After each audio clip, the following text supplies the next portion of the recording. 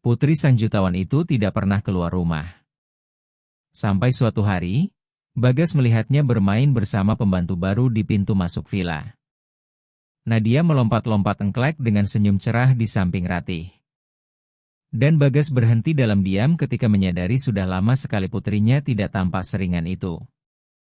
Tanpa berkata apa-apa, Bagas tetap di tempatnya dan melihat seseorang membungkuk untuk mengambil gacuk di lantai dengan kehati-hatian yang sudah lama tidak ia lihat pada anak itu, bukan karena si kecil sudah lupa cara bermain, melainkan karena ia sudah berhenti mau bermain.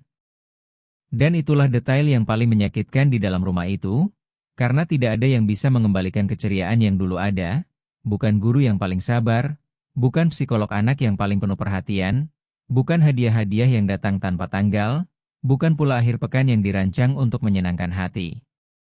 Dan kini putrinya berdiri di tengah pintu masuk villa itu, tersenyum kepada seorang perempuan yang baru datang beberapa hari lalu dan yang, tanpa membuat keributan, telah menjangkau tempat yang bahkan ia sendiri tidak lagi tahu cara menjangkaunya.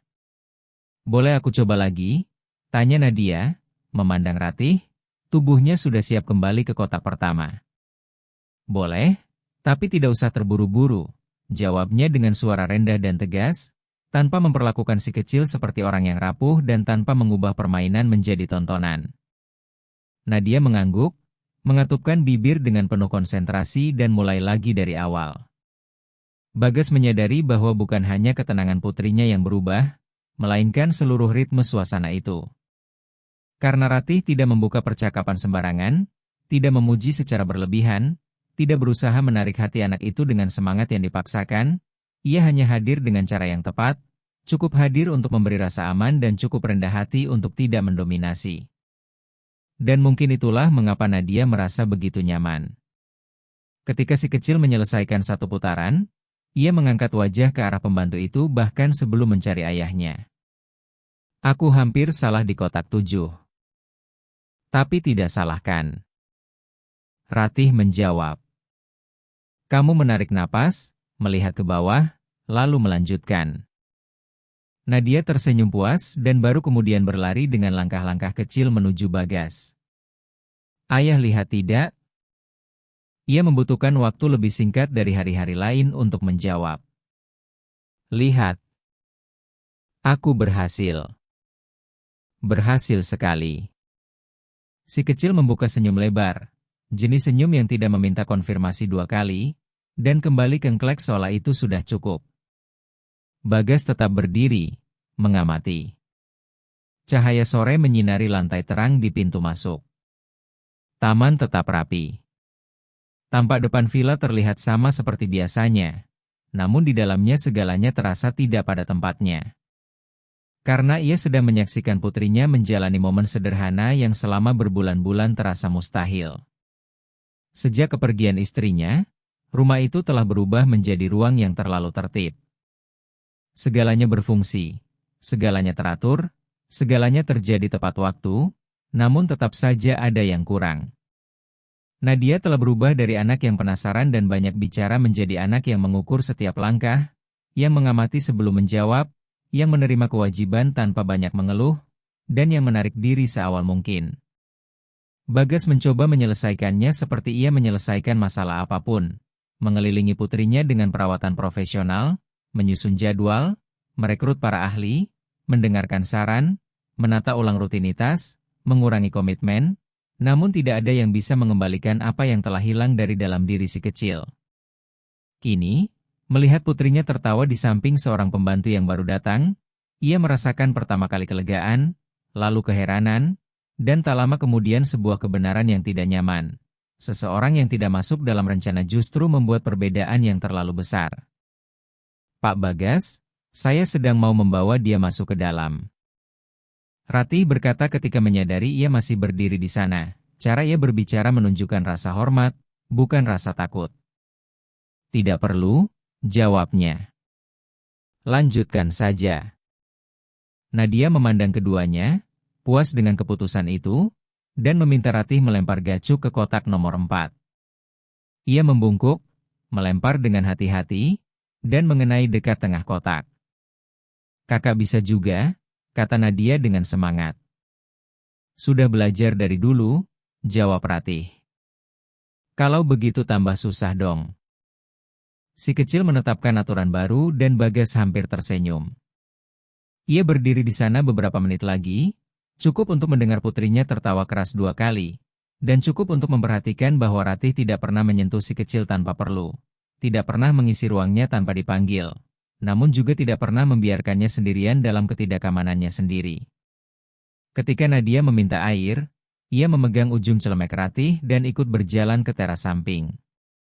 Bagas tetap di pintu masuk, memandangi gambar kapur di lantai, sampai Lastri muncul dengan postur kaku seperti biasanya. "Mau saya suruh bersihkan ini sebelum gelap, Pak?" tanyanya, menunjuk ke gambar engklek. Ia menjawab tanpa banyak pikir. "Tidak."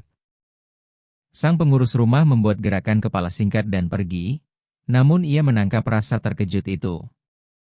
Di hari manapun ia pasti sudah menyuruh menghapus semua itu sebelum makan malam.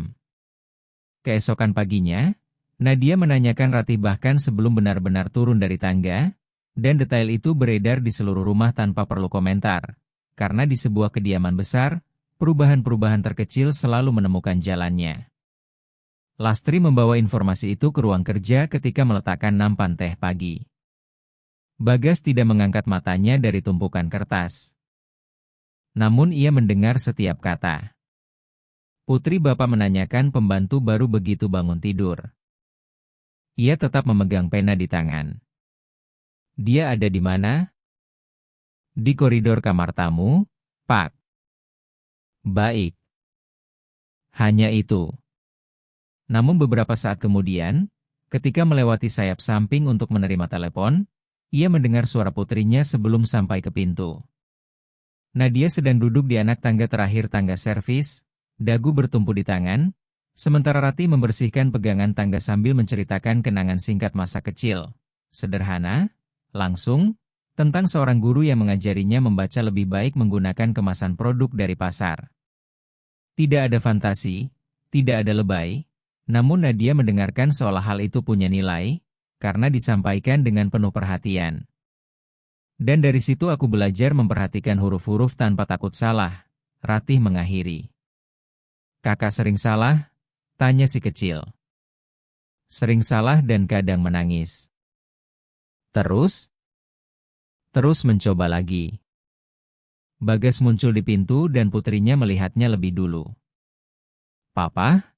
kakak ceritanya tidak bertele-tele. Ratih berdiri seketika. "Maaf, saya sudah mau selesai." "Kakak tidak berhenti karena aku," Nadia menyela. "Aku yang datang sendiri ke sini." Bagas memasukkan ponsel ke saku. "Les piano kamu mulai 10 menit lagi." Wajah si kecil berubah cepat. "Hari ini aku tidak mau." "Kamu sudah janji." "Hari ini aku tidak mau," ulangnya lebih pelan. Keheningan menjadi tegang sesaat sampai Ratih berbicara tanpa memaksakan diri terlalu jauh. "Boleh saya bilang sesuatu?" Bagas mengarahkan pandangannya ke sana, lebih terkejut oleh momen itu daripada oleh permintaannya. "Bilang saja." Kalau dia harus pergi sambil menangis, dia tidak akan belajar apa-apa. Lastri tidak akan pernah berkata seperti itu. Para guru akan berbicara dengan cara berbeda. Ratih dengan kain di tangan dan rambut disanggul sederhana tanpa hiasan berbicara langsung seperti orang yang melihat situasi dari dalam.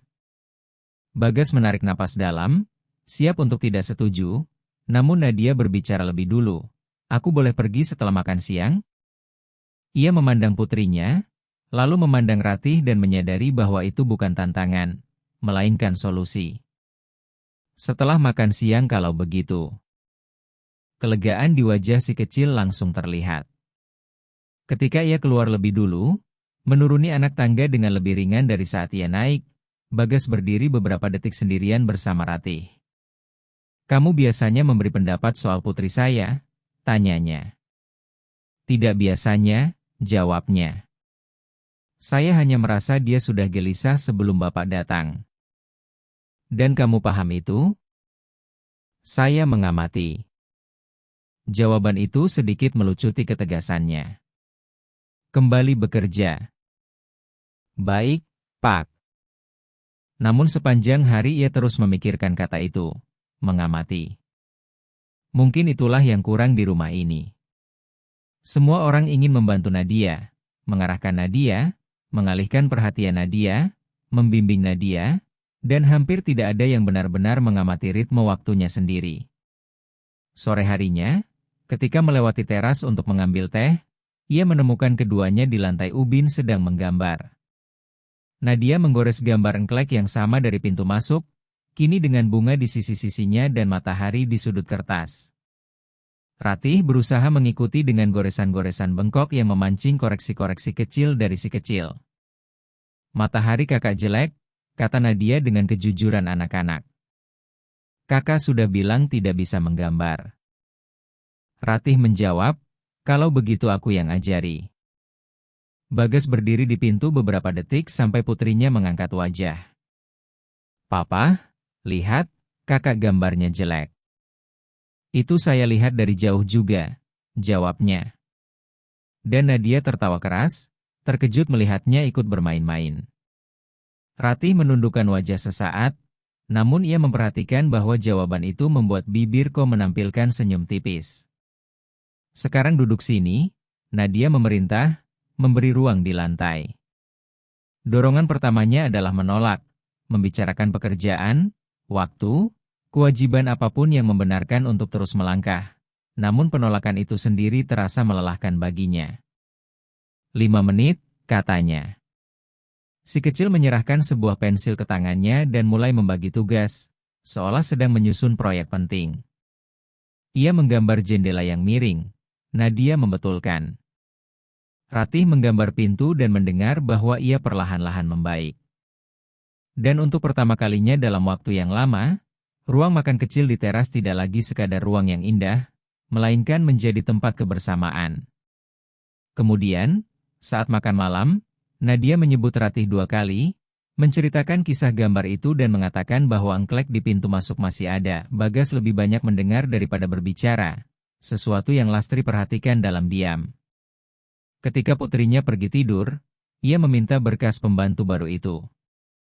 Sang pengurus rumah membawa map karyawan yang baru direkrut tanpa mengajukan pertanyaan. 28 tahun, lulusan SMA, surat referensi bagus, alamat di kampung sederhana, kursus perawat yang terhenti karena kebutuhan untuk bekerja. Bagas membaca ulang baris itu 2 kali. Keesokan paginya, ia menemukan Ratih di koridor membawa spray terlipat. Kamu pernah mulai kursus perawat? Tanyanya tanpa basa-basi. Ia butuh sesaat untuk memahami bagaimana ia tahu. Pernah mulai, Pak? Mengapa tidak selesai? Karena harus bekerja. Lalu kenapa jadi pembantu? Karena itu pekerjaan yang ada dengan status resmi dan gaji yang pasti. Tidak ada rasa malu, tidak ada permohonan simpati, hanya kejernihan. Kamu ingin bekerja di bidang perawatan? Saya ingin bekerja dengan apapun yang bisa membayar tagihan. Ia merasakannya. Jawaban itu menemaninya sepanjang sisa hari, karena terlalu sederhana untuk dilupakan. Handuk favorit Nadia selalu tergantung di gantungan yang sama. Buku-buku yang ditinggalkan terbuka selalu muncul kembali dengan pembatas di halaman yang tepat. Kamar mainan tetap hidup, namun tidak berantakan. Gelas air di meja samping tempat tidur sudah diganti sebelum si kecil memintanya. Itu bukan sekadar kebaikan hati, melainkan gestur perhatian. Dan ia tahu bahwa perhatian yang konsisten tidak lahir dari kewajiban. Dalam waktu kurang dari 10 hari, Nadia kembali menempati ruang-ruang di rumah yang telah ditinggalkan selama berbulan-bulan. Mulai meminta makan siang di teras, berjalan-jalan sebentar di taman sementara Ratih memungut daun-daun kering di tepi jalan setapak, menunjukkan gambar-gambarnya, menceritakan kenangan-kenangan kecil dari sekolah, mengajukan pertanyaan tentang hal-hal sederhana, seolah kehadiran sang pembantu telah membuka jalan yang aman antara ketertutupan diri dan dunia luar. Bagas seharusnya hanya bersyukur dan melindungi kebersamaan itu secara profesional. Namun ada gerakan lain yang tumbuh dalam dirinya, senyap dan lebih berbahaya, karena itu jujur. Ia mulai terlalu memperhatikan Ratih, cara ia melintasi rumah dengan penuh kendali diri, cara ia tidak pernah berlama-lama hanya untuk terlihat tersedia, cara ia berbicara kepada semua orang tanpa membungkuk maupun mengeras. Kehati-hatian yang ia jaga agar tidak pernah menggunakan Nadia untuk mendekatinya dan tidak pernah menggunakan otoritasnya untuk memudahkan urusan dirinya sendiri. Hal inilah, lebih dari kecantikan manapun yang terlihat jelas, yang mulai menarik perhatian Bagas. Ia tidak terkesan oleh villa itu, oleh nama belakang, oleh uang, namun juga tidak berpura-pura mengabaikan semua itu. Ia hanya tahu di mana ia berada dan menjaga martabatnya tetap utuh. Dan justru itulah yang mulai menariknya lebih dekat. Ia mendapati dirinya melewati teras di jam-jam yang ia tahu kedua orang itu akan ada di sana, pulang lebih awal dari kantor dengan alasan-alasan birokratis yang tidak perlu ia berikan kepada siapapun, berlama-lama sedikit di pintu masuk ketika Nadia minta bermain, mengamati Ratih tanpa menyamarkan diri sebanyak yang ia kira ia lakukan. Di fase lain dalam hidupnya, mungkin ia tidak akan menyadari lebih awal apa yang sedang tumbuh. Kini ia menyadarinya lebih awal dan karena itulah ia mencoba menahannya. Ia telah mengubur semua ruang pribadi sejak istrinya meninggal. Yang tersisa hanyalah ayah yang bertanggung jawab, pengusaha yang tenang, pria yang menjaga rumah dan perusahaan tetap berjalan dengan disiplin yang sama. Keinginan untuk memulai kembali tidak cocok dengan sosok yang telah ia bangun untuk bertahan hidup, apalagi keinginan terhadap seorang pembantu.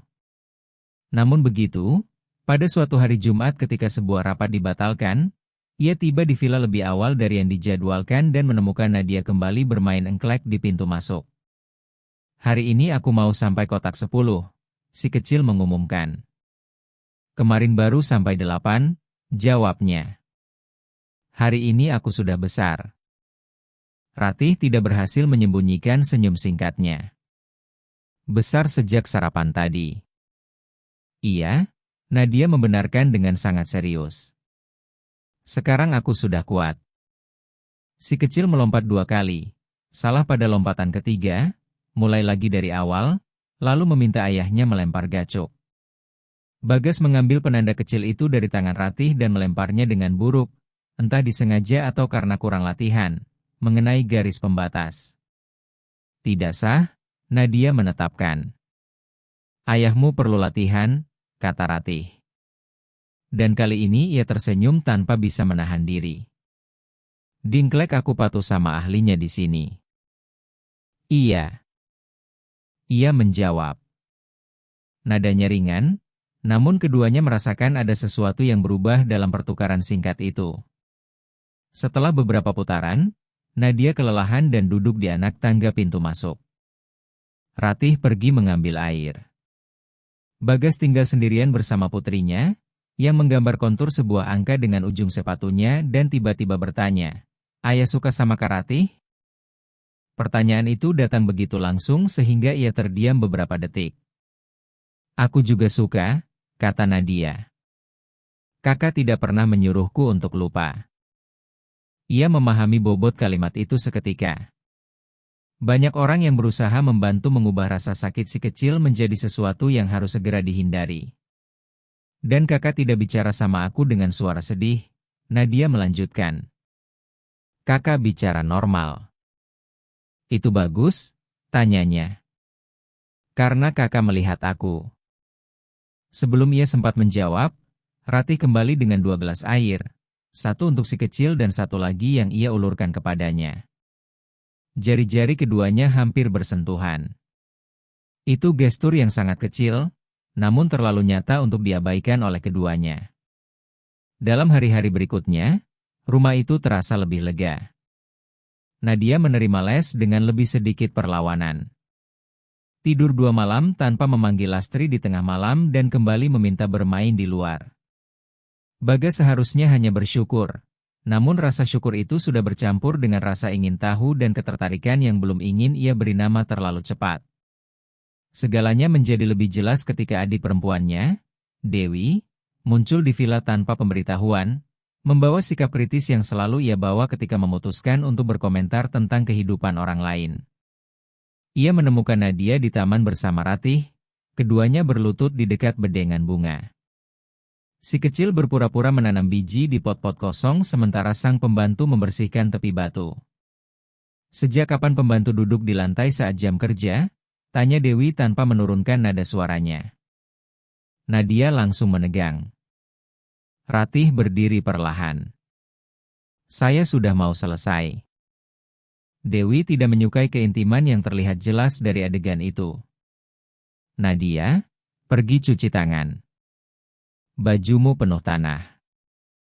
Cuma sedikit. Aku sudah bilang untuk cuci. Si kecil tidak beranjak, memegang tangan Ratih tanpa menyadari gesturnya sendiri. Bagas tiba di teras saat itu juga. Ada apa? Dewi menjawab sebelum siapapun. Yang terjadi adalah pembantu kamu terlalu nyaman. Bagas menangkap semuanya sekaligus.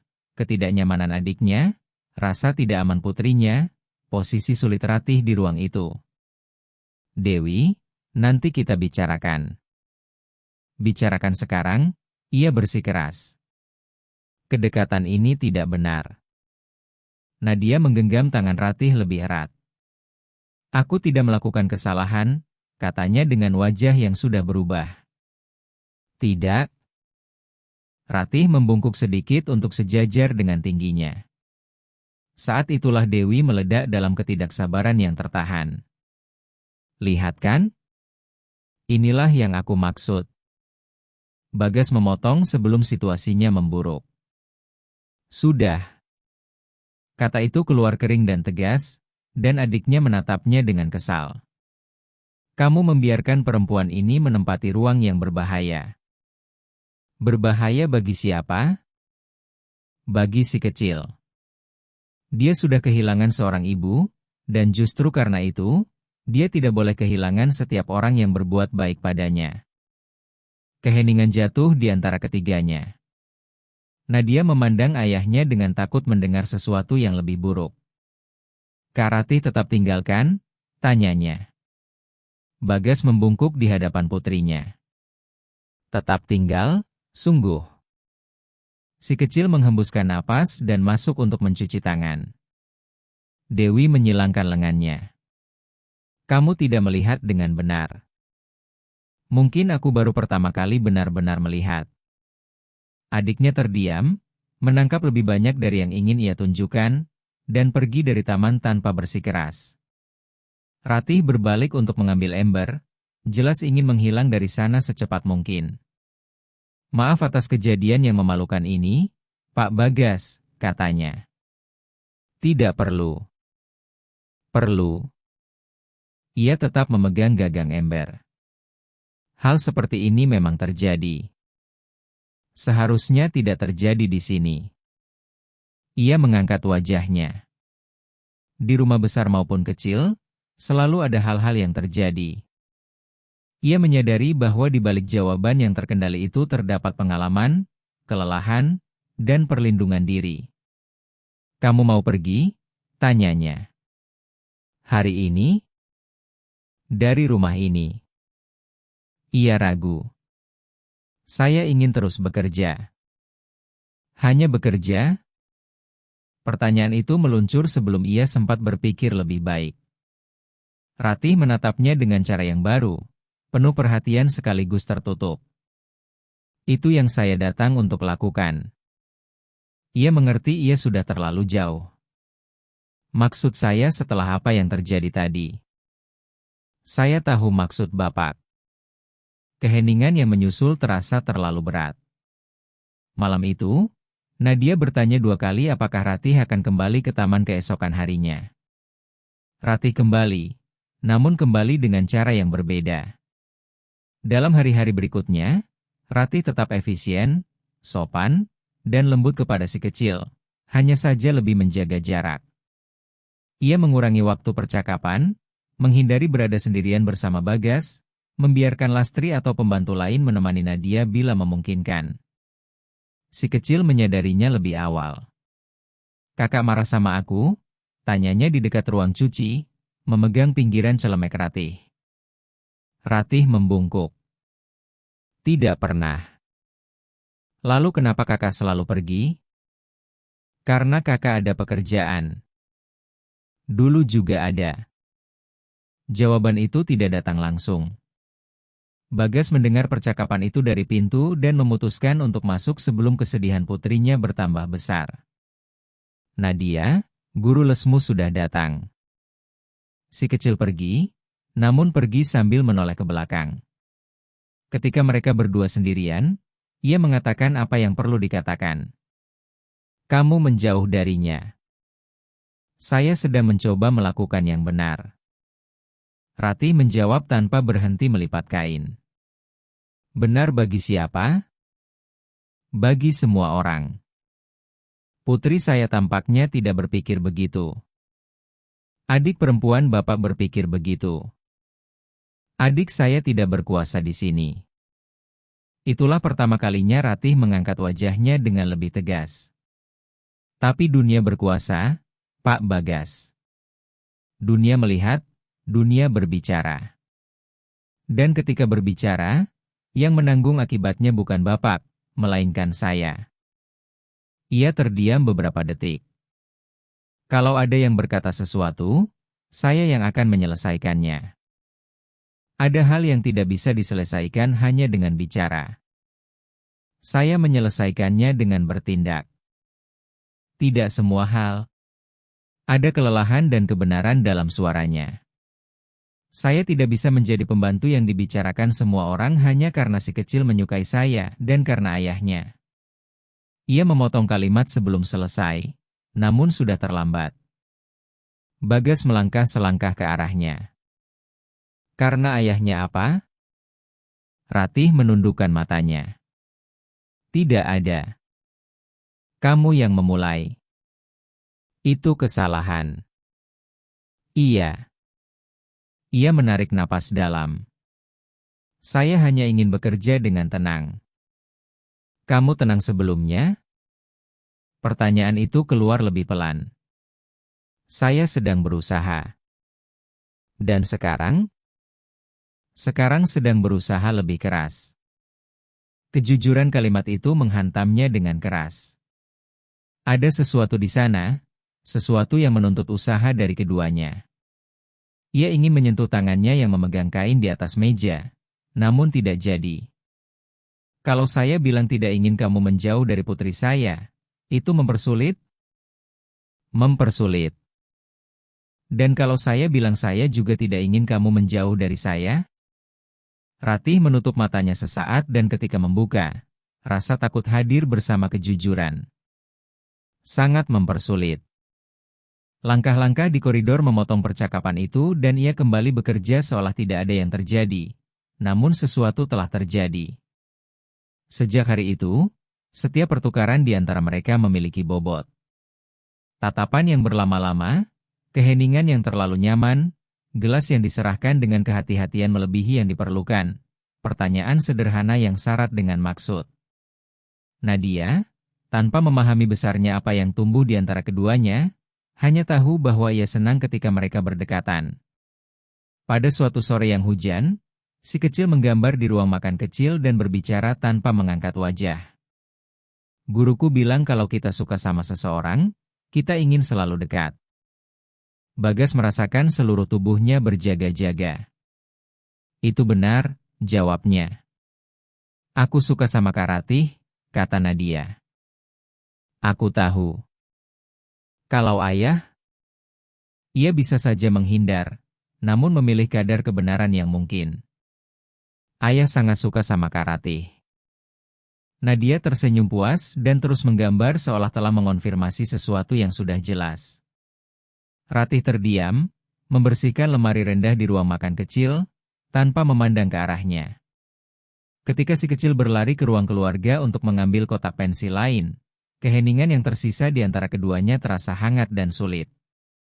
Bapak tidak perlu menjawab seperti itu. Aku tidak biasa berbohong kepada putri saya.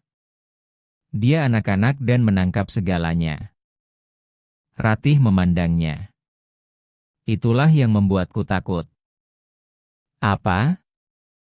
Dia menangkap sebelum kita tahu harus berbuat apa. Kalimat itu menemaninya hingga malam. Dalam hari-hari berikutnya, Bagas mulai mengamati segalanya dengan lebih jelas, seolah setelah itu tidak lagi mungkin berpura-pura bahwa ini hanyalah soal rasa syukur. Ia menghubungi koordinator rumah tangga dengan dalih meninjau ulang fungsi-fungsi pekerjaan. Ia mendengar lagi bahwa Ratih pendiam, bertanggung jawab, direkomendasikan dengan baik, dan dikenal karena tidak mau menerima kemudahan atau bantuan dari majikan. Hal itu, alih-alih menjauhkannya, justru semakin meningkatkan rasa hormatnya. Pada hari Sabtu, Nadia meminta piknik di taman, keinginan spontan pertama untuk menghabiskan waktu di luar ruangan dalam hampir setahun. Bagas langsung menyetujuinya. Lastri mengatur semuanya dan, atas desakan si kecil, Ratih harus ikut menemani hanya untuk memastikan semut tidak naik ke kue bolu. Ketiganya duduk di atas taplak meja besar di dekat tanaman mawar, dengan Nadia di tengah karena pilihannya sendiri. Mereka makan roti lapis kecil, kue bolu sederhana, dan buah-buahan potong. Si kecil berbicara lebih banyak dari minggu-minggu sebelumnya yang digabungkan, menceritakan kenangan-kenangan lepas tentang ibunya tanpa menutup diri. Menanyakan apakah Ratih bisa bersiul, menanyakan apakah ayahnya pernah bermain ketika masih kecil, tertawa ketika mengetahui bahwa ia tidak pandai dalam permainan keseimbangan, lalu berlari mengejar seekor kupu-kupu putih yang terbang dekat bunga-bunga tanpa keluar dari jangkauan pandangan keduanya. Cukup untuk membuat mereka berdua sendirian. Untuk pertama kalinya dalam keheningan yang terbuka dan tanpa tugas di antara keduanya. Dia sudah lebih baik, kata Bagas. Iya, karena Bapak, jawab Ratih, tidak hanya itu, tapi terutama karena Bapak. Ia memandang si kecil yang bermain beberapa meter jauhnya. Dia hanya butuh tidak merasa terhimpit. Saya terlalu menghimpit. Bapak sedang berusaha berbuat benar. Ratih diam sesaat lalu menjawab, semua orang berbuat salah kepada orang yang mereka cintai. Kalimat itu tergantung di antara keduanya. Dan kamu tahu itu? Tanyanya. Saya tahu beberapa hal tentang diri saya sendiri, tentang orang-orang. Ia mengamatinya dalam diam sesaat. Dan apa yang kamu tahu tentang saya? Ia menjawab tanpa memandang langsung kepadanya. Bahwa Bapak lelah berpura-pura bisa mengurus segalanya sendirian. Ketepatan itu melucutinya. Dan kamu tahu kenapa saya masih berusaha? Karena kalau berhenti, Bapak harus merasakan semuanya. Nadia berlari kembali sambil memegang bunga yang jatuh di tangannya sebelum ia sempat menjawab. Momen itu terputus, namun tidak hilang.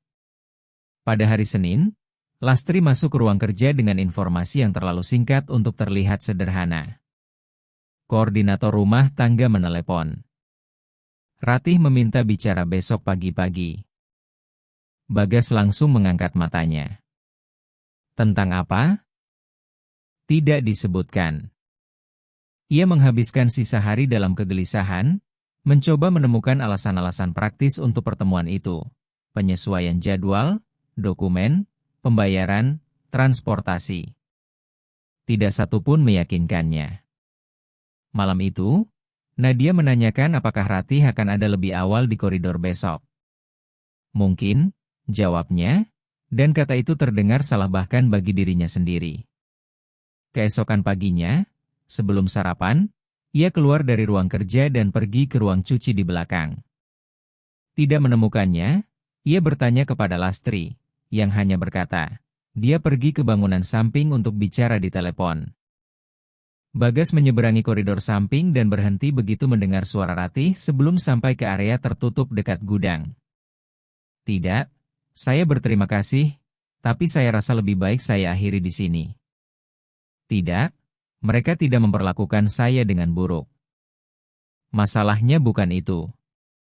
Saya hanya merasa kalau dilanjutkan bisa memperburuk keadaan saya. Ia menutup telepon dan berbalik. Rasa terkejut di matanya berlangsung singkat, namun cukup. Saya tidak ingin mendengar secara sembunyi-sembunyi, katanya. Saya hanya tiba lebih awal. Ratih memasukkan ponsel ke saku celemeknya. Tidak apa-apa. Ada apa? Ia mendekat sedikit lagi. Kamu sedang berbicara tentang pergi. Ia terdiam. Iya. Saya belum memutuskan. Tapi sudah terpikirkan. Sudah. Udara terasa lebih dingin di sudut rumah itu. Kenapa? Ratih mengangkat wajahnya dan untuk pertama kalinya tidak ada ruang untuk jawaban yang setengah-setengah.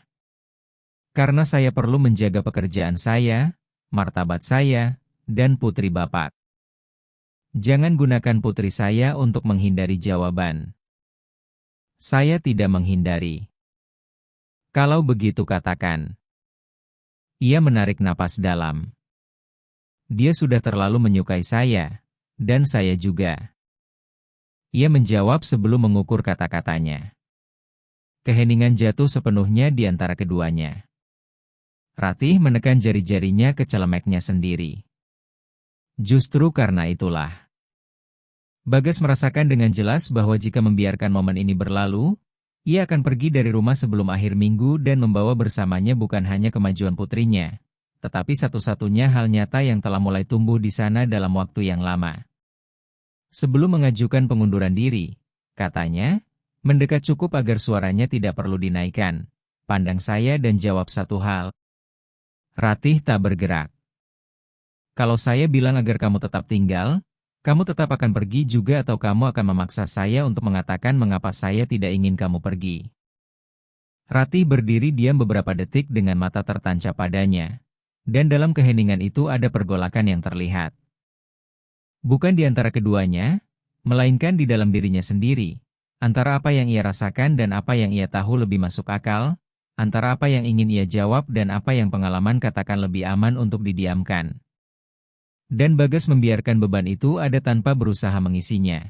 Karena ia telah belajar dari putrinya sendiri bahwa memaksakan jawaban sebelum waktunya hanya akan menutup pintu lebih cepat. Maka ia menunggu. Keduanya di sana di koridor belakang yang dingin itu, dengan bau produk pembersih di udara dan cahaya pagi masuk melalui celah jendela tinggi, sampai Ratih membuka mulutnya dan mengatakan sesuatu yang tidak ia duga. Saya tidak akan menjawab itu sekarang. Bagas merasakan dampaknya berbeda dari yang ia bayangkan. Karena itu bukan penolakan, melainkan batas, dan ada perbedaan yang sangat besar di antara keduanya. Tidak apa-apa, jawabnya, tapi saya perlu tahu apakah kamu akan tetap tinggal. Ia memandang lantai sesaat. Saya tinggal sampai akhir bulan. Itu perpisahan yang sudah direncanakan. Itu jawaban yang jujur. Ia memandanginya beberapa detik lagi lalu mundur selangkah, memberikan ruang kembali. Kalau begitu, kita punya beberapa minggu. Bapak tidak seharusnya menghitung minggu dengan cara seperti itu. Lalu dengan cara apa saya harus menghitungnya? Ia tidak menjawab, merapikan celemeknya dengan tangan dan pergi ke arah bagian dalam rumah. Bagas berdiri di sana dengan suara taman yang jauh dan keheningan di dalam kepalanya sendiri, menyadari bahwa seluruh situasi ini telah sampai pada titik di mana berpura-pura tidak lagi berguna bagi keduanya. Nadia muncul di teras pagi itu dengan sebuah gambar terlipat di tangan, mencari Ratih sebelum mencari sarapan.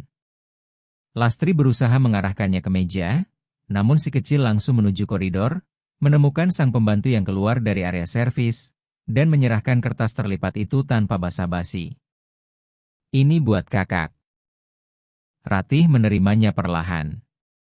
Itu gambar engklek di pintu masuk, digambar dengan pensil warna, dengan bunga di sisi-sisinya, matahari besar di sudut, dan dua goresan yang mewakili sosok manusia, satu tinggi dan satu kecil, yang telah Nadia beri nama dengan tulisan miring di bawahnya, Aku dan Kak Ratih. Bagas melihat adegan itu dari jendela ruang kerja. Ia melihat Ratih memegang kertas itu dengan dua jari, mengatupkan bibirnya ke dalam sesaat sebelum tersenyum, dan menyadari bahwa perempuan itu sedang menahan emosi dengan cara yang sama ia menahan segalanya, dengan hati-hati dan tanpa keributan. Akan kakak simpan, kata Ratih. Janji? Janji. Nadia kembali dengan puas untuk sarapan dan Ratih berdiri beberapa detik lagi memandangi kertas itu sebelum melipatnya dengan hati-hati dan menyimpannya di saku celemek. Gestur kecil itu berkata lebih banyak dari percakapan manapun yang telah dilakukan kedua orang dewasa itu sepanjang minggu. Hari-hari yang menyusul dibangun di atas ketegangan senyap yang dirasakan seluruh rumah tanpa bisa menamainya. Lastri menjalankan rutinitas dengan ketepatan seperti biasanya. Para pembantu lain menjalankan tugas mereka. Nadia bangun dengan lebih bersemangat dari sebelumnya. Dan Ratih melakukan segalanya dengan cara yang selalu ia lakukan. Hanya saja kini ada bobot baru dalam setiap gesturnya, yang hanya terlihat oleh mereka yang tahu di mana harus melihat. Bagas tahu. Ia tidak mencoba menekannya, tidak menciptakan dalih untuk berpapasan dengannya lebih dari yang wajar, namun juga tidak berpura-pura bahwa tidak ada yang berubah. Dan pilihan untuk terus hadir tanpa melangkah maju itu sendiri adalah cara untuk mengatakan bahwa ia menganggap serius apa yang ada di antara mereka. Pada suatu Rabu pagi, ia menemukannya di taman kaca, membersihkan kaca-kaca bagian dalam struktur itu. Nadia sedang les dan rumah lebih sepi dari biasanya. Ia masuk membawa secangkir kopi dan berdiri dekat pintu. Mau tanya sesuatu? Ratih terus menggerakkan kain di kaca. Silakan. Kamu pernah merasa bahagia di tempat seperti ini? Ia berhenti. Pertanyaan itu datang dari sudut yang tidak ia duga. Saya tidak pernah bekerja di tempat seperti ini sebelumnya. Bukan soal tempatnya. Ratih menurunkan kain perlahan dan menatapnya. Bapak menanyakan apakah saya pernah merasa nyaman dalam sebuah pekerjaan. Saya menanyakan apakah kamu baik-baik saja di sini. Ia butuh beberapa detik. Saya baik-baik saja bersama Nadia. Dan bersamaku? Dengan Bapak lebih sulit dijawab. Mengapa sulit? Karena menjawab dengan benar bisa mengubah segalanya, dan menjawab dengan salah juga bisa. Bagas meletakkan cangkir kopinya di tepi pot tanaman dan bersandar di pintu dengan lengan bersilang dalam gestur yang bukan otoritas, melainkan seseorang yang berhenti berlari sejenak. Kalau begitu, jawab sesuai kenyataannya. Ratih terdiam cukup lama untuk sebuah jawaban singkat. Saya merasa terlihat di sini. Kalimat itu sederhana, namun ia mengatakannya seolah mengakui itu harganya mahal. Dan itu baik atau buruk? Keduanya. Bagaimana bisa keduanya? Karena ketika seseorang benar-benar melihatmu, sulit untuk pergi seolah tidak ada yang terjadi.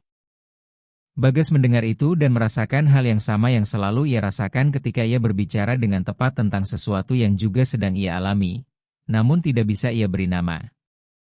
Kalau begitu jangan pergi. Ia menggelengkan kepala sedikit, bukan dalam penolakan, melainkan dalam gestur seseorang yang merasa orang lain terlalu menyederhanakan. Pak Bagas, saya adalah pembantu di rumah ini. Saya tahu siapa kamu, tahu jabatannya. Saya tahu orangnya. Orangnya tidak bisa membayar tagihan dengan niat baik. Kejujuran itu membuatnya berhenti. Ia tidak sedang bersikap dingin, ia sedang bersikap nyata. Dan ada perbedaan yang perlu ia hormati. Kamu mengatakan bahwa situasi ini membuatmu takut? Saya mengatakan bahwa situasi ini tidak sederhana. Saya tidak pernah bilang itu sederhana, tapi Bapak bertindak seolah menyederhanakan itu mungkin.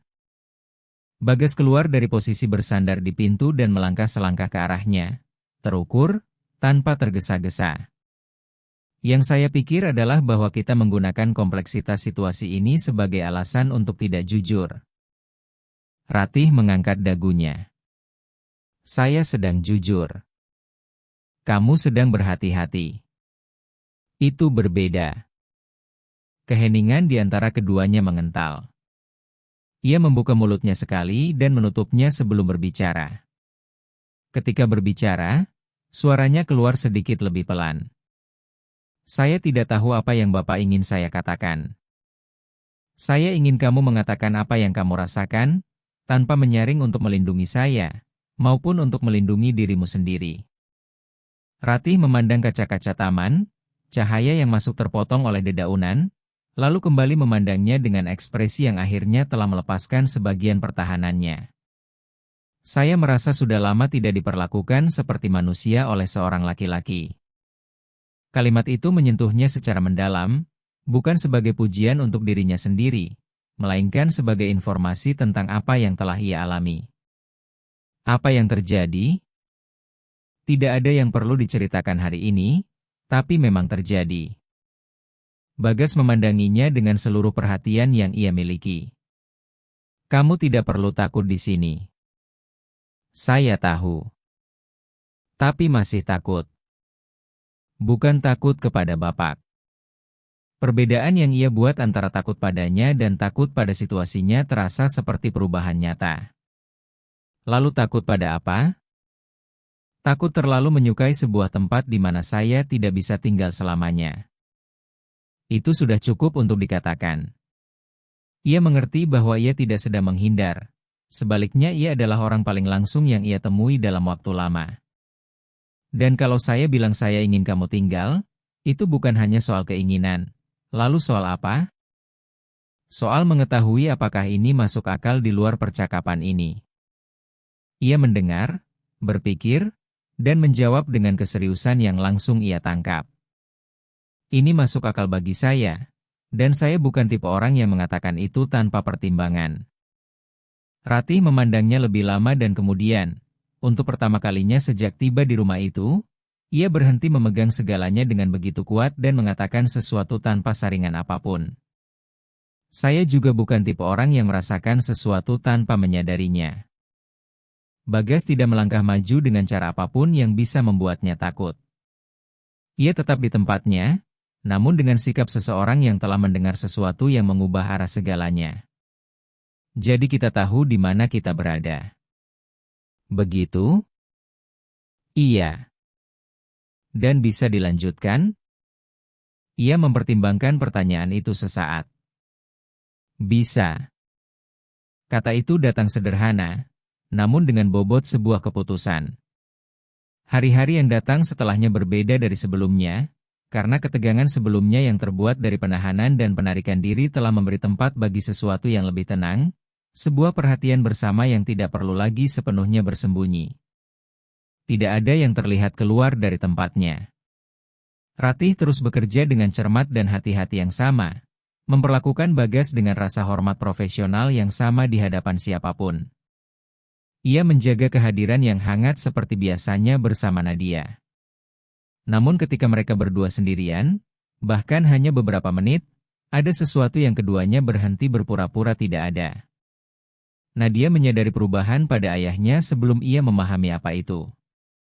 Pada suatu sore ketika ketiganya berada di taman, si kecil berbalik kepada Bagas dengan wajah yang sangat serius dan bertanya, "Ayah senang hari ini?" Ia terkejut dengan pertanyaan itu. "Kenapa kamu tanya itu?" "Karena ayah ada di sini." Jawaban sederhana putrinya menghantamnya langsung, karena di dalamnya ada ringkasan dari apa yang dipahami si kecil tentang segalanya. Kehadiran adalah bagi Nadia bentuk paling jelas dari kebahagiaan sang ayah, dan ia telah menyadari bahwa ayahnya lebih hadir. "Ayah senang," katanya.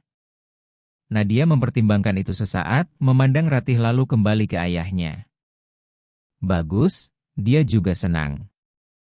Ratih menundukkan wajah untuk menyembunyikan senyum yang tidak berhasil ia sembunyikan. Bagas tidak menyembunyikan miliknya. Di penghujung sore itu, dengan Nadia berlari-lari di taman dan cahaya jatuh perlahan di atas tanaman mawar, ia duduk di anak tangga teras dekat Ratih yang membersihkan bilah-bilah struktur samping dengan hati-hati. "Boleh saya tanya sesuatu yang tidak ada hubungannya dengan pekerjaan?" "Boleh." "Apa yang kamu inginkan untuk hidupmu?" Ratih berhenti sesaat. "Tidak ada yang menanyakan itu kepada saya sejak lama. Karena itu saya tanya." Ia menurunkan kain dan memandang Nadia di taman sebelum menjawab, "Saya ingin punya rumah kecil yang milik saya sendiri. Saya ingin tidur tanpa khawatir soal biaya sewa. Saya ingin ada seseorang yang melihat saya sebelum membutuhkan saya." Jawaban itu tidak ada hiasannya, namun memiliki bobot sesuatu yang nyata, sesuatu yang ia tanggung tanpa mengeluh. Itu bukan hal kecil, bagi saya itu sangat besar. Bagas memandang taman bersamanya. Kamu layak mendapat lebih dari itu. Bapak tidak tahu apa yang saya layak dapatkan. Saya tahu lebih dari yang kamu bayangkan. Tatapan yang ia berikan kepadanya berlangsung cukup lama sehingga tidak satu pun dari keduanya mencoba memutusnya. Nadia berlari kembali membawa batu yang berbeda yang ia temukan dekat bedengan bunga, sama sekali tidak menyadari apa yang baru saja terjadi 2 detik sebelumnya, dan melemparkan momen itu ke arah lain dengan kealamiahan brutal anak-anak yang hidup sepenuhnya di masa kini. Minggu terus berjalan dengan rumah yang berfungsi baik dari dalam, seolah struktur itu sendiri telah memutuskan bahwa segala sesuatunya sudah pada tempatnya. Bagas mulai menyadari bahwa ia pulang dari kantor tanpa perlu alasan yang dibuat-buat.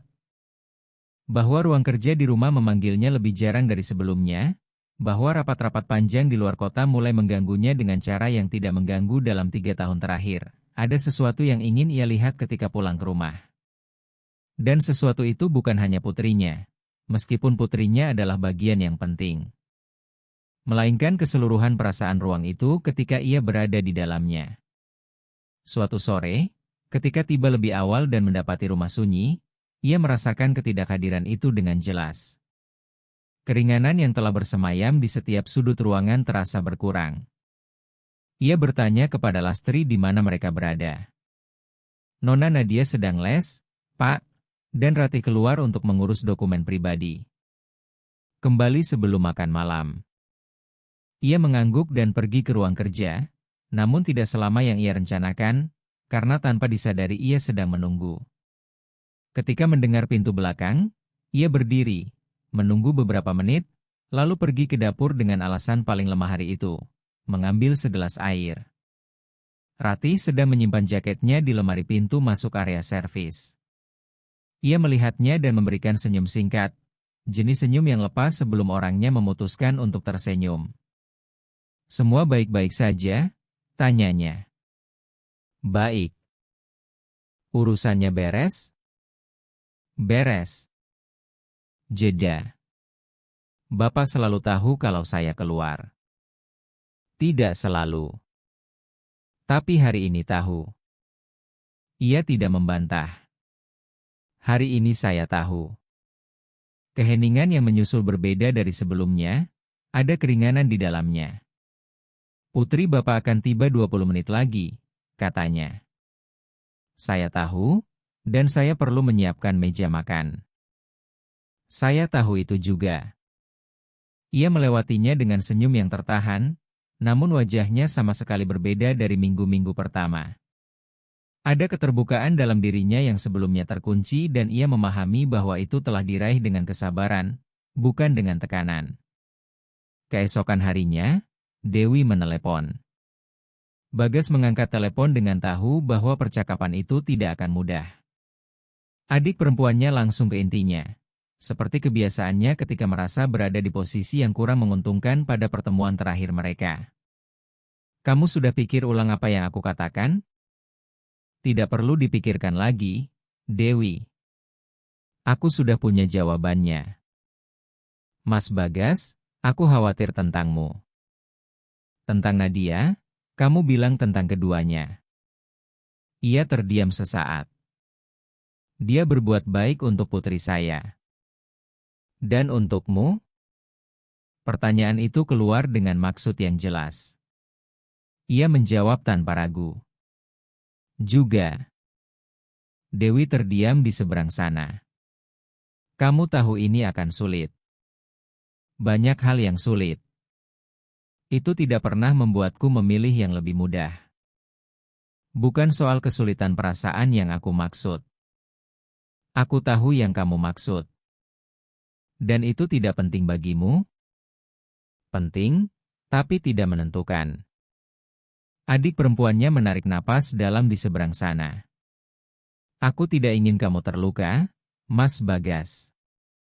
Aku tahu itu, tapi kamu datang ke rumah, bicara di depan Nadia, membuat seseorang yang tidak melakukan kesalahan apapun merasa tidak nyaman, lalu pergi sambil mengharapkan aku menelepon untuk setuju. Itu tidak akan terjadi. Jeda yang lama. Kamu menyukai dia? Itu bukan pertanyaan. Iya. Kamu yakin dengan apa yang kamu lakukan? Aku lebih yakin dengan ini daripada banyak hal yang aku lakukan dalam 3 tahun terakhir. Dewi mengakhiri percakapan tanpa bersikeras lebih jauh, namun juga tanpa setuju. Bagas menutup telepon dan memandang jendela ruang kerja, ke taman di bawah sana, di mana Nadia berlatih hengklek sendirian, tanpa membutuhkan siapapun, memegang tangannya sendiri, sesuatu yang tidak terjadi 2 bulan lalu. Lastri masuk membawa dokumen dan ketika meletakkan map itu, berkomentar dengan cara tertahannya yang khas.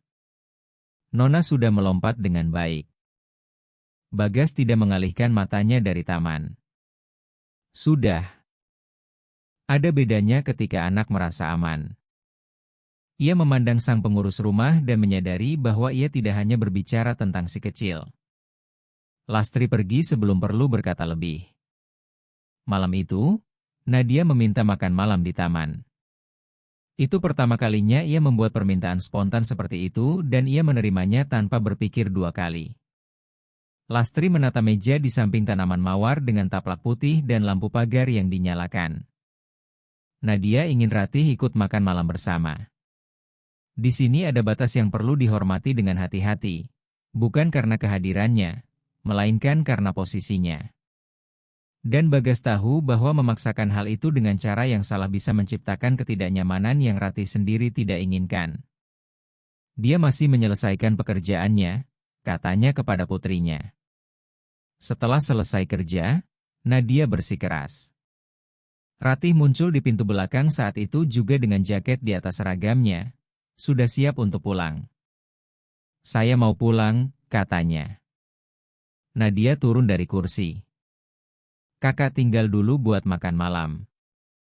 Cara si kecil meminta tidak ada strateginya, hanya ada kebutuhan yang nyata. Ratih memandang Bagas. Ia tidak ikut campur, membiarkan keputusan itu ada di tangannya. Sebentar saja, Ratih akhirnya berkata. Nadia kembali ke kursi dengan wajah bersinar. Ketiganya duduk di sekeliling meja kecil itu, dengan taman di sekeliling mereka dan wangi bunga bercampur dengan udara segar malam. Nadia berbicara tentang lesnya, tentang gambar yang ia buat sepanjang hari, tentang lagu yang ingin ia pelajari di les piano, tentang kupu-kupu putih yang muncul lagi pagi tadi. Ratih mendengarkan dengan penuh perhatian, mengajukan pertanyaan-pertanyaan singkat yang menunjukkan bahwa ia mengingat semua yang si kecil ceritakan. Bagas mengamati keduanya selama sebagian besar makan malam, dengan kejernihan seseorang yang untuk pertama kalinya dalam waktu lama duduk di tempat yang terasa benar. Ketika Nadia mulai menguap, Lastri membawanya masuk. Kedua orang dewasa itu tinggal sendirian di hadapan piring-piring yang hampir kosong dan lampu pagar yang bergoyang-goyang perlahan ditiup angin. Kamu tidak harus tinggal, katanya. Saya tahu. Tapi tinggal. Nadia yang minta. Kamu akan tinggal kalau saya yang minta? Ratih mengangkat wajahnya perlahan. Kurasa iya. Kejujuran jawaban itu begitu langsung sehingga ia terdiam sesaat. Itu jawaban paling jujur yang kamu berikan kepada saya sampai hari ini. Saya tidak tahu apakah itu yang paling jujur, katanya. Tapi itu yang paling sulit. Perbedaan yang ia buat antara jujur dan sulit berkata segalanya. Bagas sedikit mencondongkan tubuhnya ke depan dengan siku di meja, dalam gestur yang memperpendek jarak tanpa melewati batas manapun. Boleh saya katakan sesuatu? Boleh. Saya tidak tahu bahwa saya masih mampu merasakan sesuatu seperti ini. Ia memandangnya tanpa segera menjawab. Jenis perasaan apa? Ingin seseorang tetap tinggal? Bukan karena kewajiban, bukan karena putri saya, bukan karena rumah ini, hanya karena saya. Ratih menundukkan matanya ke meja sesaat. Ketika mengangkatnya, ada ekspresi yang belum pernah ia lihat sebelumnya, rentan dan teguh sekaligus. Saya pernah takut bahwa Bapak adalah salah satu dari mereka yang mencampur adukan rasa syukur dengan perasaan. Saya tahu kamu akan memikirkan itu. Dan karena itu saya tidak mengatakan apa-apa sebelumnya. Kamu mengatakannya sekarang. Iya. Kenapa sekarang? Karena kamu hampir pergi. Ia menarik napas dalam. Saya masih bisa pergi. Boleh saya minta kamu untuk tidak pergi? Boleh minta. Saya minta. Keheningan di antara keduanya berlangsung selama yang dibutuhkan ketika sebuah kalimat tidak memerlukan jawaban segera. Angin menggerakkan dedaunan tanaman mawar, lampu pagar bergoyang sedikit, dan taman menjadi lebih sunyi lagi. Saya tidak tahu bagaimana ini akan berjalan, kata Ratih akhirnya. Saya tidak tahu bagaimana hidup akan berjalan besok. Tidak pernah tahu. Tapi kamu takut. Iya, karena saya menyukai Bapak dan itu tidak ada dalam rencana saya. Bagas merasakan bobot kalimat itu mendarat dalam dirinya dengan kelembutan yang tidak ia duga. Itu bukan sebuah pernyataan dengan hiasan, melainkan seorang perempuan yang mengatakan hal paling nyata yang ia miliki dengan cara paling sederhana.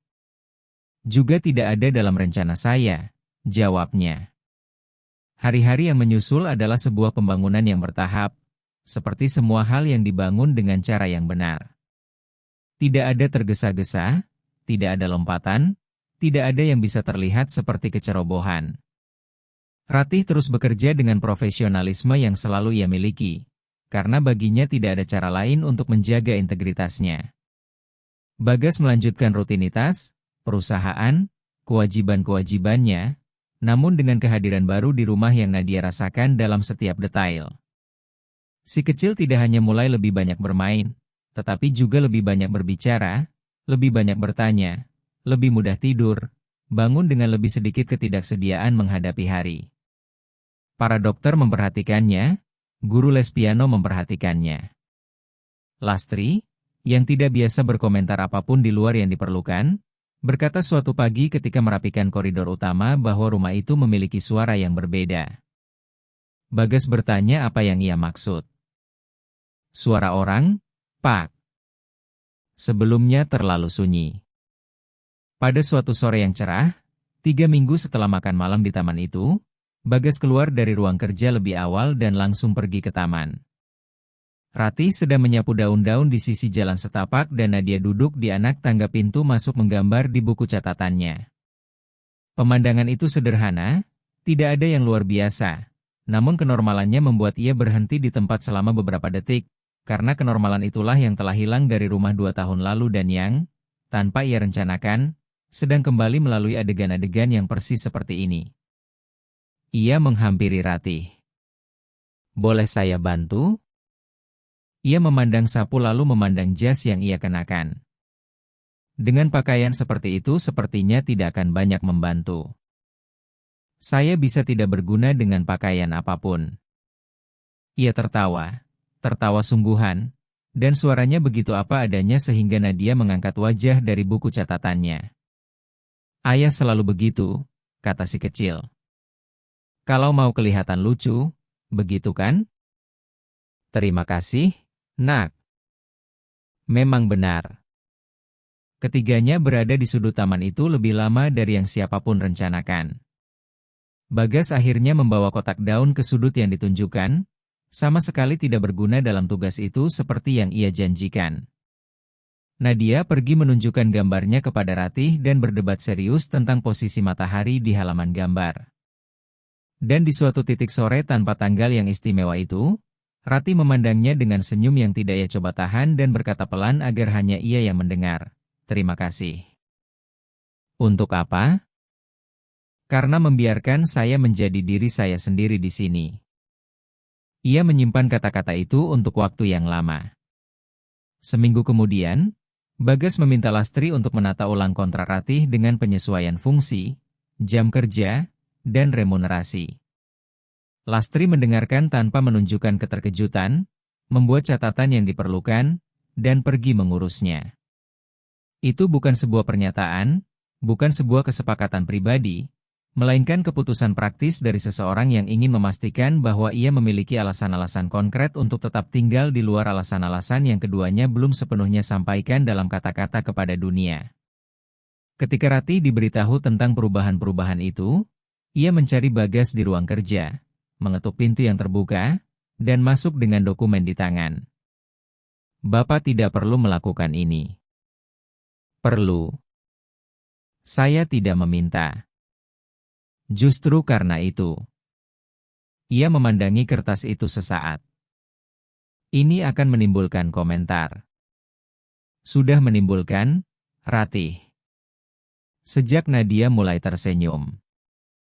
Ia mengangkat wajahnya. Dan Bapak tidak terganggu? Yang akan mengganggu saya adalah memperlakukan kamu seolah kamu tidak bernilai sebagaimana mestinya. Keheningan yang menyusul memiliki kehangatan. Ada sesuatu sebagai imbalannya? Pertanyaan itu keluar dengan ketegasan yang bukan ketidakpercayaan, melainkan kejernihan. Ia menjawab dengan cara yang sama, tidak pernah. Ratih melipat kertas itu dengan hati-hati dan menyimpannya di saku celemek, di tempat yang sama di mana ia menyimpan gambar Nadia beberapa minggu sebelumnya. Kalau begitu saya terima. Dalam hari-hari yang menyusul, rutinitas rumah tetap kokoh, namun di dalamnya ada pemahaman baru di antara keduanya yang tidak memerlukan label untuk ada, tidak memerlukan penjelasan untuk nyata, dan tidak memerlukan persetujuan siapapun untuk bertahan. Nadia tetap menjadi pusat rumah, sebagaimana mestinya, dan kedua orang dewasa itu membangun di sekelilingnya sebuah kehadiran bersama yang diserap si kecil dengan kealamiahan yang hanya dimiliki anak-anak ketika lingkungan mereka aman. Dewi kembali ke villa pada suatu akhir pekan, kali ini dengan pemberitahuan terlebih dahulu. Ia tiba lebih tenang dari kunjungan terakhirnya. Mengamati makan malam tanpa berkomentar tentang siapapun. Dan ketika Nadia pergi tidur, ia tinggal sendirian bersama kakaknya di ruang baca. Dia berbeda, katanya tentang keponakannya. Dia lebih baik, jawabnya. Itu sama saja dalam kasus ini. Iya. Dewi memandang taman melalui jendela. Kamu sudah memutuskan sejak lama. Dan itu adalah keputusannya juga. Adik perempuannya terdiam sesaat dan dalam keheningan itu ada tinjauan yang sedang ia lakukan dari dalam keluar. Aku bersikap keras kunjungan terakhir. Iya, dan meskipun begitu dia tetap tinggal. Karena dia tidak memilih berdasarkan aku, dia memilih berdasarkan apa yang benar baginya. Dewi berbalik memandang kakaknya. Dia perempuan yang serius, salah satu yang paling serius yang pernah aku temui. Ia mengangguk perlahan, seperti seseorang yang meletakkan kembali batu bata satu persatu di tempat yang telah ia runtuhkan. Aku perlu melihat lebih dekat untuk mengerti. Dan sudah mengerti? Sedang mengerti. Itu bukan pelukan, bukan pernyataan yang panjang, namun cukup untuk mengurai simpul yang kunjungan terakhir telah tinggalkan. Bagas tinggal di ruangan itu beberapa saat lagi setelah adik perempuannya pergi tidur. Dengan cahaya redup dan taman yang terlihat melalui jendela, berpikir tentang rangkaian hal-hal kecil yang telah menghasilkan perubahan besar di rumah itu. Sebuah engklek yang digambar di lantai, seorang anak perempuan yang berhenti bersembunyi, seorang pria yang berhenti menutup diri, seorang perempuan yang bisa saja pergi dan memilih untuk tetap tinggal. Itu bukan akhir cerita yang bersih, melainkan awal dari sesuatu yang akan membutuhkan perhatian yang terus-menerus, rasa hormat sehari-hari, kesabaran di hari-hari ketika perbedaan-perbedaan muncul dengan lebih kuat. Namun itu nyata. Dan nyata sudah lama sekali ia rindukan setelah begitu lama hidup di dalam bentuk-bentuk yang benar. Keesokan paginya, Bagas bangun sebelum semua orang, turun ke taman membawa kopi, dan berdiri di teras mengamati gambar engklek di lantai yang Nadia minta agar tidak ada yang menghapusnya. Matahari masuk dari sisi tanaman mawar. Rumput masih berembun, burung-burung berkicau di dahan-dahan tinggi dekat tembok. Ia mendengar langkah kaki di pintu belakang dan berbalik. Itu adalah Ratih yang tiba untuk jam pertama dengan seragam, rambut disanggul, langkah tegap seperti selalu, namun dengan senyum di wajahnya ketika melihatnya yang tidak ia coba sembunyikan. "Bapak datang lebih awal," katanya. "Saya sedang menunggu kamu." Jawaban itu keluar tanpa saringan dan ia berhenti sesaat di pintu teras. "Selalu, lebih dari yang seharusnya saya akui." Ia memandang gambar engklek di lantai, kopi di tangannya, taman di sekitar, lalu memandangnya dengan cara yang mengatakan semua yang belum diucapkan dengan suara keras. "Saya perlu mulai bekerja." "Saya tahu, tapi boleh kamu minum kopi dulu?" Ia mengangkat cangkirnya. "Saya buatkan satu lagi." Ia duduk di anak tangga teras, di samping tempat ia berdiri. Keduanya memandang taman dalam cahaya pagi, memandang gambar engklek yang tergores di lantai, oleh seorang anak perempuan yang telah belajar kembali bahwa dunia adalah tempat yang layak untuk dimainkan. Ketika Nadia turun beberapa menit kemudian, masih memakai piyama dan dengan rambut terurai, ia menemukan keduanya di sana, berdampingan, tanpa penjelasan yang diperlukan, dan langsung duduk di antara mereka, seolah itu adalah tempat paling wajar di dunia. Ketiganya terdiam beberapa detik, memandang taman, memandang matahari yang perlahan meninggi, memandang bunga-bunga yang mekar di tepi jalan setapak. Dan kemudian Nadia menyandarkan kepalanya di bahu ayahnya, memandang Ratih, dan berkata dengan seluruh kesederhanaan yang hanya dimiliki seorang anak ketika ia benar-benar damai. "Sekarang rumah ini sudah benar."